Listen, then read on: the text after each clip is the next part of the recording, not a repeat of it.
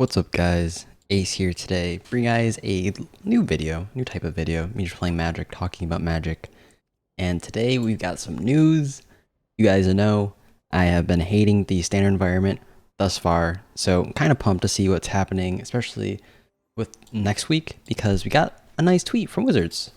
And more closely it says, we're closely monitoring the developments in standard. In order to avoid disrupting this weekend's tournament, we intend to provide an update on the format early next week. Now that could only mean one thing. One thing. It's either Euro or the snake. Only those two things. I think those are the only two things that could be possibly banned for tomorrow. And so, I'm not tomorrow, but next week. And I think it's going to be Euro.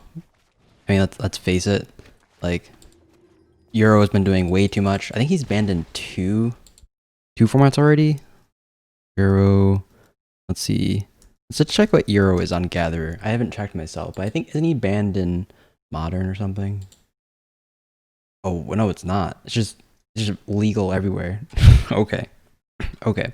But this card is like a $60 card that's in Standard. We haven't had one of those. And it's like maintaining its price point for a long time. And so just seeing that is kind of scary, especially because we haven't seen that since I think Mini Jays came out in... I think it's one of the M21 or M20 core sets, like M19 or something. M15, I think, actually, way long ago. So this is actually kind of crazy.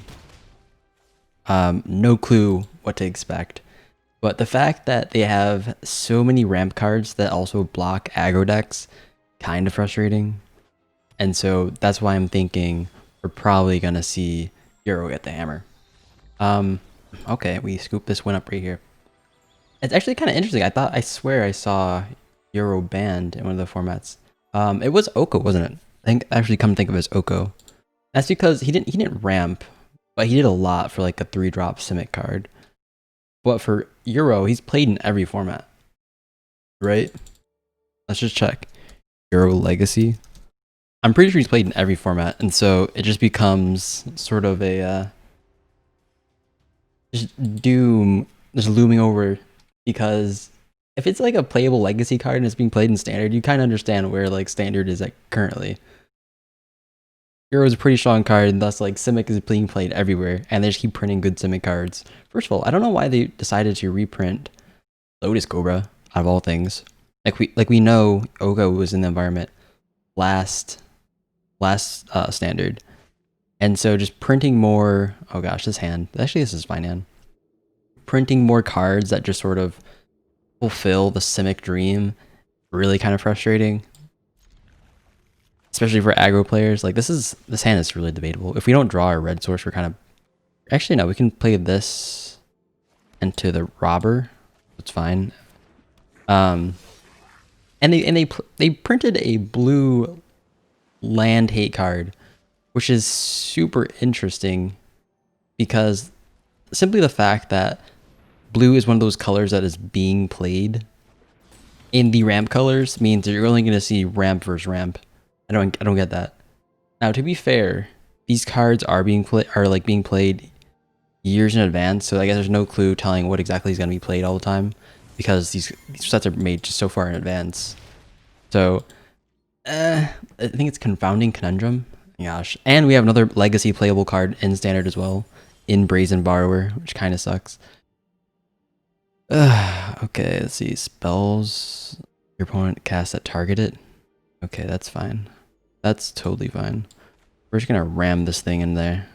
I don't really care if it dies, really. Because it trades with this. One drop that trades. But yeah, it's gotta be Euro. Euro or Lotus Cobra. I don't think it'll be Lotus Cobra, though I hope it is Lotus Cobra. I think it'll be Euro because Lotus Cobra, of course, is in the new Zendikar Rising set. I don't think they've done it with Oko. They banned Oko when he was part of the actual set. But the thing is, like, you're still selling the set, and then like Oko wasn't for like another month or two after the set was being released, or like he was being played everywhere. So yeah. Okay, what do we do here? This is gonna cost one more. We just hit this, right? Cost 4 to hit. Yeah, we'll do it. We'll do it. I mean, that guy's got prowess, but if we get giant killer to land next turn, I think we'll be fine. Okay, you're just gonna trade with that? I mean, I'm fine if we don't trade with that. He's gonna bounce it eventually, which is one of the reasons why I think this card is going to be getting the cut whenever we get a chance. Oh, that's disgusting. That's actually disgusting. Actually, no, we can play Robber the Rich into this. I mean, we're okay with it. I think we're actually favored in this matchup. But like, just the simic cards, the Scut Swarm isn't that bad either, to be honest. I think it's literally only the Euro. Do we play this? I mean, it's probably gonna get countered or something, so might as well. We could pitch it. It kind of sucks. We probably should have played this into the giant killer. That way we could have done something earlier, but let's pay 3 life. Let's pay 3 life, see what this does. I'm hoping we're not going to get killed by this. We might die from this if he plays too aggressive. Hopefully not. And like all the threads that we've seen on the Twitter posts, it's literally just Omnath, Lotus, Cobra, and the freaking Euro. It's kind of crazy to think about. Okay, so let's play this. Do the same thing. Get rid of this girl. Gosh, so annoying. You can do something about it, right? You're gonna counter? Nope. No counter either. Interesting. So if that's the case, we just pump up the Fireblade Charger.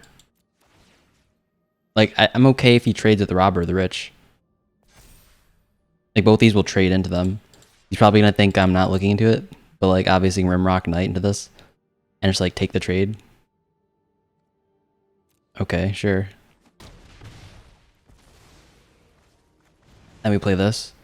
The only problem would be, is he gonna, nope. I'm pretty sure he's gonna bounce back. I think he has another Brazen Power. Oh, he didn't. Okay, so we're gonna win this. We're probably gonna win this. Oh, he's just playing that. Did we win off this? 1, 2, 3, 4. 1, 2, 3, 4, 5, 6, 7. We only have 7 damage on board. Kinda rough. Oh, okay. GG boys. GG. This is why I've been playing Boros lately. Rip. Take this win. We take these boys.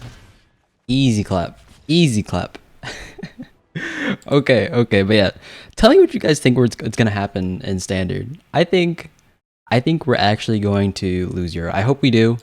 I've said about Orbital Grazer. Like, Orbital Grazer is sort of the same thing. It's a 1-drop that gains you 3 life and puts you a turn ahead. Especially in a ramp deck that had a bunch of card draw in the standard environment at the time. And I think Euro does the same thing except for 3 mana and is a late game win, like threat, that wins you the game. And it's something you have to answer for 4 mana being played in standard, and there's nothing that gets rid of it. Besides the spike field, the spiky land we have in red. And if you're not playing red, it's like, what else are you gonna do against Euro? Nothing. You're not gonna do anything against Euro.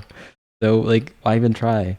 And it sucks too because all the good answers that we want aren't really in the colors you want to play, right?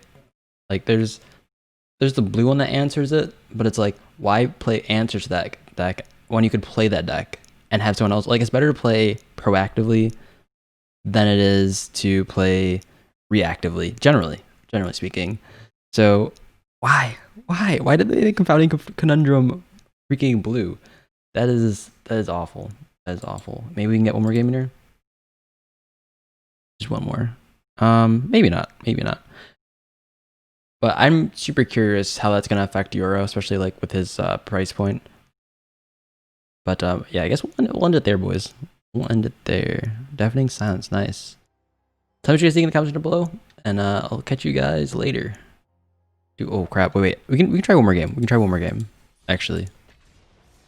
Some guy was like, not entirely joking, and then it like shows price of progress and back to basic. If those were in standard, I would take that. I wish there was a white back to basics effect, because I was playing one of that. This game's a loss. If we're against Mill, we're fine, I think. I was playing against a not a Golos, an Omnath deck recently, and they literally couldn't play the game. No, was it Omnath? It might have been Golos. And essentially, they were playing a bunch of rocks and stuff, but we had a back to basics, and we had a null rod, and he literally didn't do anything that whole game. Literally nothing. And this is Commander, of course. And so, imagine if we saw that in Standard. I'd be down for that. It's not even entirely bad, too, because, like, 3-drop, and then 3-drop slot, that's kind of slow. It's like, you only play that against, like, certain decks. Like, that's the silver bullet for certain decks. Jeez. What a mess. What a mess Standard is. I'm actually kind of surprised that we haven't been playing against too many. Ooh. We have not played against too many. Do we put a counter on Phoenix? Like, what are the chances they have something for the Phoenix? I know there's a 1-mana white spell that deals 2 damage to 2 damage, or deals 2 damage to an attacking creature. If that's the case, we hit Phoenix. And we keep the Luminarch Aspirant. I think this is fine. This is probably fine. Maybe he's got a flasher. I don't know what you could possibly holding 2 mana up in these colors with. I think we're good though. I think we're good. Oh, I see. I see. I mean, that's essentially the same thing. This is why you keep Luminarch Aspirant behind. You got to think about these plays, boys. Think about these plays. I think we go pretty aggressively here because we have a giant killer for this thing when it gets bigger. If he gets a little like, I think if he did actually go to pump this up a little bit, I think that would be a little too greedy on his part for playing on the draw. Is he gonna kill it? I mean, sure, kill my 2-mana 1/1. I don't care. It's pumped my other creatures up by 2 thus far, or 1 each thus far. This essentially has given my creatures a glorious anthem. Essentially. I mean, you probably have to think hard about this. Otherwise, it's like I run away with the game, right? And this card, Phoenix of Ash, has been super good against Mill lately. Like, whenever I play against Mill and they see this card, they're like, oh crap, I gotta mill him faster than I take damage. And it's like, usually this outraces the Mill. Like, you gotta get rid of a crab sometimes, but usually it outraces the Mill. The crab and the rogue deck. Interesting.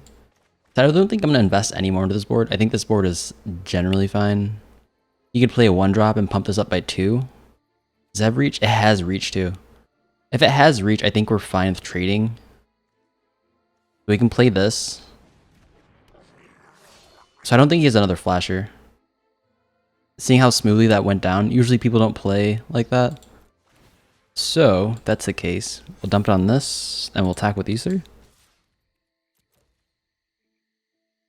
Can block, but I don't think he has a flasher here. Please be wrong.